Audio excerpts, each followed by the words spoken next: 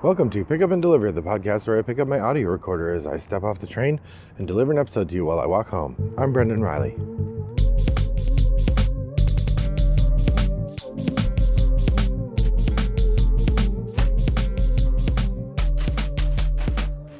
Hello, dear listener. I am recording a preface for this episode of the podcast because I recorded this in January and never posted it. Ooh. So I don't know what's on it. I don't remember. I will listen to it, of course, before I post it, but I'm posting this entry before I listen to it. So it's a mystery to me, and hopefully it will be enjoyable to you. But I'm posting it slightly out of order because I am back from my break, and it was recorded in January and never uploaded. So it felt a little silly to have a single episode appear that was recorded weeks ago. But I think it's worth posting. I don't want to waste it, and I want you to hear it, but I just want you to understand why there might be some references to stuff that's out of order, because, yeah, I'm posting it out of order. Deal with it. No, that sounded rude. Don't deal with it. You can send me messages at wombat929 on BoardGameGeek, or email me, brendan@rattleboxgames.com, if you have questions or concerns or compliments. Compliments are nice. All right. Thanks for joining, and enjoy the episode. Well, good evening, listener. It's a lovely day here in suburban Chicago. The cloud, actually, it's not that lovely. It's kind of overcast and crummy. The weather is not warm. It's not cold, but it's chilly. And the clouds are dark and ominous and not so fun. But that's okay. I am on my way home from the train, still finishing up season 6. It'll be interesting to see. I don't know if I'm gonna get it done by the time January session ends. Who knows when season 6 will end? Oh well, maybe this is the year that Pick Up and Deliver goes off of the 100 episodes per year rhythm that we've been trying to maintain. We'll see. But anyway, I was thinking about what I might want to share with you, and I had an idea based on, I've been seeing a bunch of TikToks of people talking about their game of the year and that sort of thing. And I always like to do a top games of the year episode at the beginning of the next season. Of course, I always do it 1 year late, so at the beginning of next season, I'll be doing the top games of 2022. I do this for a number of reasons, but the main one is that it's very rare that I get to play the games of 2023, or the year, within the year that they come out, all the games that I think might end up in my top whatever. So by waiting an extra year, I get a chance to play a bunch more of the games that are sort of likely to top that list. So at the beginning of next season, that's what I'll be doing that. But I was thinking about what other ways might I reflect on the previous year, and I decided one of them would be top 5 gaming moments of 2023. Now, huge caveat here, I did not review, I think somebody who did a better job preparing podcasts would take some sort of documentation that they have of their gameplays, like maybe the gameplay list and board game stats, and scroll through it to jog their memory about different games they played as a way of kind of highlighting top gaming moments. That would have been a good choice. I did not do that. Instead, I just picked 5 moments from my gaming that I've thought were particularly fun, and I am going to talk about those here. So these are in no particular order and do not reflect the overall experience of my gaming inherently, or they reflect sort of the top 5 that I could think of off the top of my head while I'm brainstorming. And some of these are going to be minor or like specific events, and some of these are going to be longer form sort of moments. And I don't know, I don't have solid rules about what counts and doesn't count for this list. So you'll see as we're playing.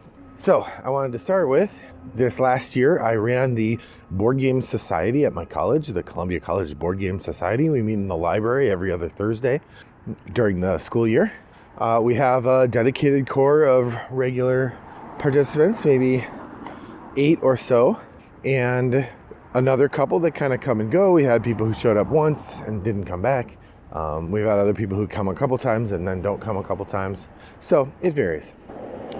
But the overall tenor of the group, we tend to play games all together, which I wouldn't mind us more often splitting into 2 groups so we could play games with 4 or 5 people rather than always having to stay in a group of like 9 or 10, but usually the group wants to stay in groups of 9 or 10, so we play a lot of party games or other large group type games. In that respect, one of my favorite moments gaming with that group was the first time this year that we busted out Anomia. Now, Anomia is a very reliably fun party game that, like Stroop, or I think Stroop is the only other one I can think of, Wavelength maybe, is named after the thing that it is about. In this case, Anomia is the word for having trouble thinking of a word. And that is what Anomia is all about. In this game, you have a card in front of you that's got a subject on it, like magazine, or I don't know, car brand, or city, or it'd be like American City, something like that. And then you have a symbol that's one of like 8 different symbols that would be like a hashtag mark, or a circle, or a triangle, etc. And what happens is, if someone else draws a card that matches yours, then like it has the same symbol on their card that your card has, then you immediately enter a duel. And when you and that character are in a duel, you're trying to name something from their card faster than they name your card. So you draw a card that's got a triangle, and you see that I have American cities in front of me, and I see that in front of you, you've got seasoning. And then we're in a race to see who can name something first. And it is surprisingly hard, because when you're not under pressure, it may be very easy to think of an American city. Once the clock is ticking, or you're trying to race the other person to do it, your brain freezes up. It's a remarkable feeling, if not kind of annoying. The other thing is, once a answer has been given, it's spoiled, so you're not allowed to reuse answers. So the big that would happen is, let's say you and I have seasoning and an American city, and very close to one another, one of us says Chicago and the other one says cumin. Both of those answers are right, so it's whoever finished speaking first would get the point. And then the other person, like so say the person who's trying to name Chicago, that card is still out, the card that says American City on it. But Chicago, because it's now been said aloud, is a spoiled answer, and you're not allowed to use it. That's the basic idea. Anomia is a great deal of fun. I have the party set for my board game club, which means we've got 6 different decks of cards, which makes for a fun game, but also means you're not reusing the same prompts too quickly. So that's Anomia with the Columbia College Board Game Society. My number 5 gameplay experience. The number 4 gameplay experience I want to offer is, I'm going to say, the Huber Games. The Huber Games is a home con hosted by my friend and design partner Rob once a year in November. In order to come to Huber Games, you have to have played a game with him, so seek him out and play games if you're somebody who thinks you want to play games with him. And we play a variety of different games over the course of the weekend. Now, I participated in a game of Battlestar Galactica. I played a game of Cat in the Box. I played a couple other games.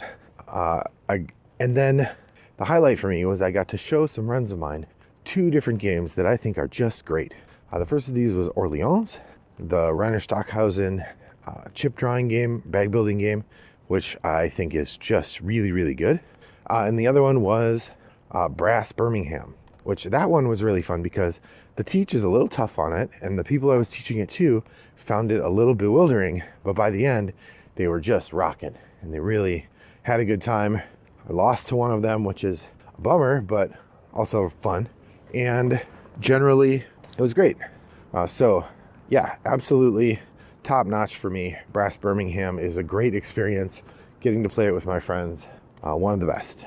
So, that's Brass Birmingham and Orleans at the Huber Games. Next up, my family and we tried out a new escape room place. This is, I don't know, maybe this isn't a gaming moment. I'm counting it as one. My family and I tried out a new escape room place that we hadn't been to before called Escapology. The first time we tried it was for my son's birthday. We went and did a Scooby-Doo themed escape room.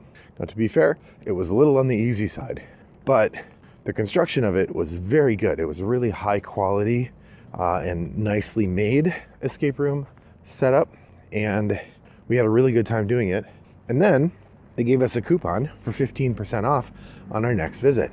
Well, the game room, this game room was a little expensive, but that 15% off took a little of the bite off. And so we went back with my wife's parents and did another one there. And then we got a 20% off coupon. And the 20% off is, I think, the highest it goes. But it's good for however many times we want to use it. So from now on, we get 20% off when we go there. And that is really nice because it makes it more reasonably priced. And those are really good escape rooms. They're really neat, really well made, really fun. So yeah, it was a hoot. That was the escape room fun, particularly the Scooby-Doo escape room. Had a lot of really fun thematic stuff based around the kind of mysteries that the Scooby Gang would solve, and you kind of use the Scooby Gang as part of the solution. So lots of fun at Escapeology here in the Chicagoland area. I'm glad to try that out. That was my number three moment. So number 5, number 4, number 3. My number 2 moment is from my online game playing. Now, as you know from listening to me, I play tons of games online, and these are played with a variety of friends from around the world, although I think most of them are in North America anyway. And although I don't have anything against playing games with people in other countries, I just don't think I've got regular player friends in other places. That said, I've had a really good time getting to know some games very well. I've played many games of Mottainai, many games of Res Arcana. I continue to play many games of Through the Ages. I played Gaia Project a lot this year. Those are sort of the 4 that I have kind of running as a constant refrain. And then I've played other games as well quite a bit. But this year in particular, I had 2 really delightful wins in online games that I find memorable and I'm looking forward to sharing with you. One of them was a game of Res Arcana. Now, Res Arcana is a game I don't consider myself particularly good at, but I'm getting better. I'm getting the hang of it. I'm starting to see how cards combo together and look for paths that I can take to get to victory. Normally, when I play with Chris, hey Chris, he and I tend to win in 5 rounds, I believe. Sometimes it goes into 6, sometimes it's 4, but usually it's 5. And I had a really good game of Res Arcana where I managed to get a couple different pieces that connect well together, and I was able to make a massive amount of one particular resource, and then I was able to convert it to gold, which I could use to buy cards and win the game that way. I also took another one of the properties, and I ended up winning by I think I had 14 points or something, and it was in round 4. So that one was really fun because it's very rare that if I win in round 4, most of the time I squeak over to 10 just ahead of my opponent. But that one particular was a really good run. And then in Mottainai, I had a similar thing. If you haven't played Mottainai, the game ends when somebody has 5 works of art on one side of their tableau or the other. So you can have more than 5 works if you split them up. But once somebody has 5, the game immediately ends. And then you tally up scores. And the scores come from all sorts of different stuff. I'm not going to go into it. Suffice to say, it's complicated. And I've been on a long losing streak on that game. And I got a card that said if you have one of each of the 5 types of works, you win instantly. So in this case, instead of having to come up with the most points when you trigger the end of the game, in this one, you just have to make one of each of the paper, stone, clay, metal, and cloth works.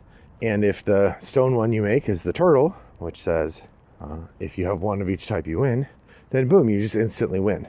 And that one, I was just on the verge of losing. My opponent was just in the moment of getting his engine running when I was able to drop the turtle in and win through the turtle. Like I said, along with the robust engine in Res Arcana, these are hard things to accomplish, depend a lot on luck in terms of which cards you get. And then I feel pretty lucky to have been able to pilot the game to fit that need. So that was pretty fun. So my number 2 moment were these sort of high-end combo wins in Res Arcana and Mottainai on Board Game Arena and Yucata.de, respectively. Finally, my top gaming moment of the year can be broadly summarized as playing campaign games with my family.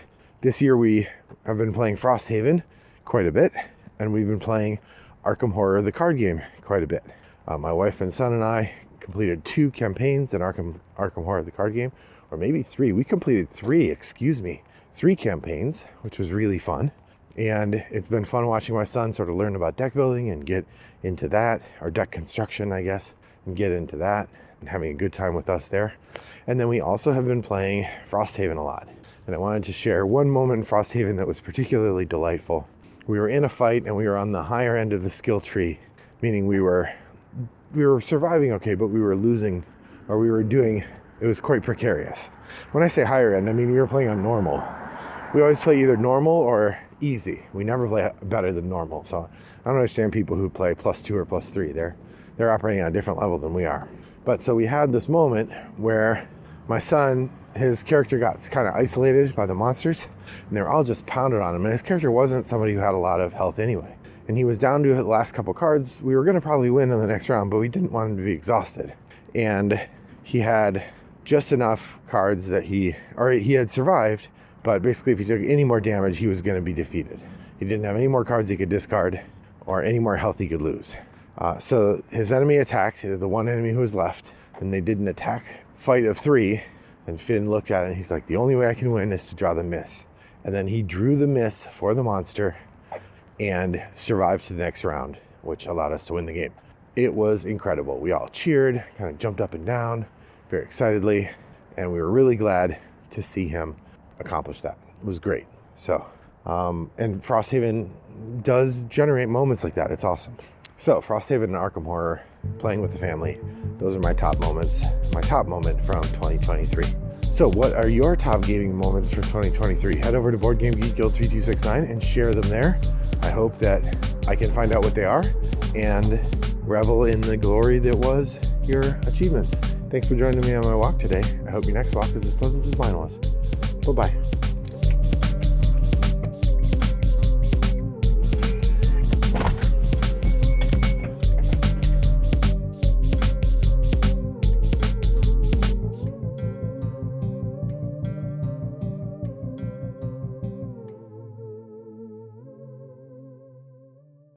Brought to you by Rattlebox Games.